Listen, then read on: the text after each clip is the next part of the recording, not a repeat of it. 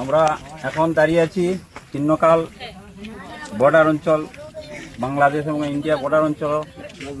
11টার সময় আমাদের একজন কৃষক গরুর ঘাস কাটতেছিল।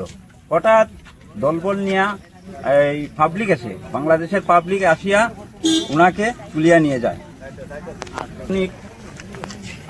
11টার সময় দলবল নিয়ে বাংলাদেশের পাবলিক দুষ্কৃতিকারীরা আমাদের এই চণ্ডীনগর পার্ট 2 স্থায়ী বাসিন্দা একজন রঞ্জিত দাস নামে, উনাকে হঠাৎ দলবল নিয়ে এই বাংলাদেশে চলে যায়।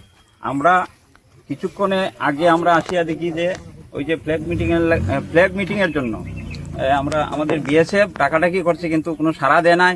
অতএব আমি বিশেষ করে দৃষ্টি আকর্ষণ করছি আমাদের ঊর্ধ্বতন কর্তৃপক্ষ ডিসি মহোদয় যেন অতি সত্বর এই ব্যবস্থা আমাদের এই কৃষক দাদাকে যেন অতি সত্বর ফিরত আনতে পারে, আমরা এটির অনুরোধ জানাচ্ছি।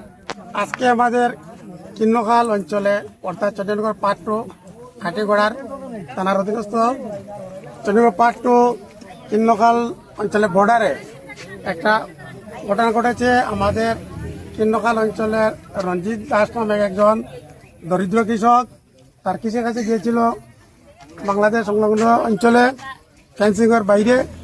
হঠাৎ বাংলাদেশ থেকে 7-8 জন লোক এসে ওনাকে জোর জবরদস্তি করে ধরে বাংলাদেশে নিয়ে গেছে। এখন আমরা এখানে সবাই পাবলিক সমবেত হয়েছি।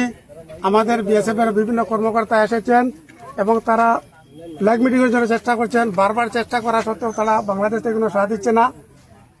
তাই আমি এলাকার পক্ষ থেকে ঊর্ধ্বতন ডিসি মহোদয়ের নিকট আমি আবেদন জানাই যাতে অতি সত্বর সেই রঞ্জিত দাসকে মুক্তি করে আমাদের ইন্ডিয়াতে আনা হয়।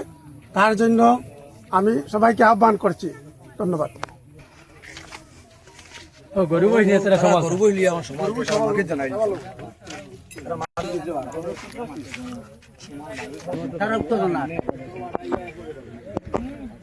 Oh,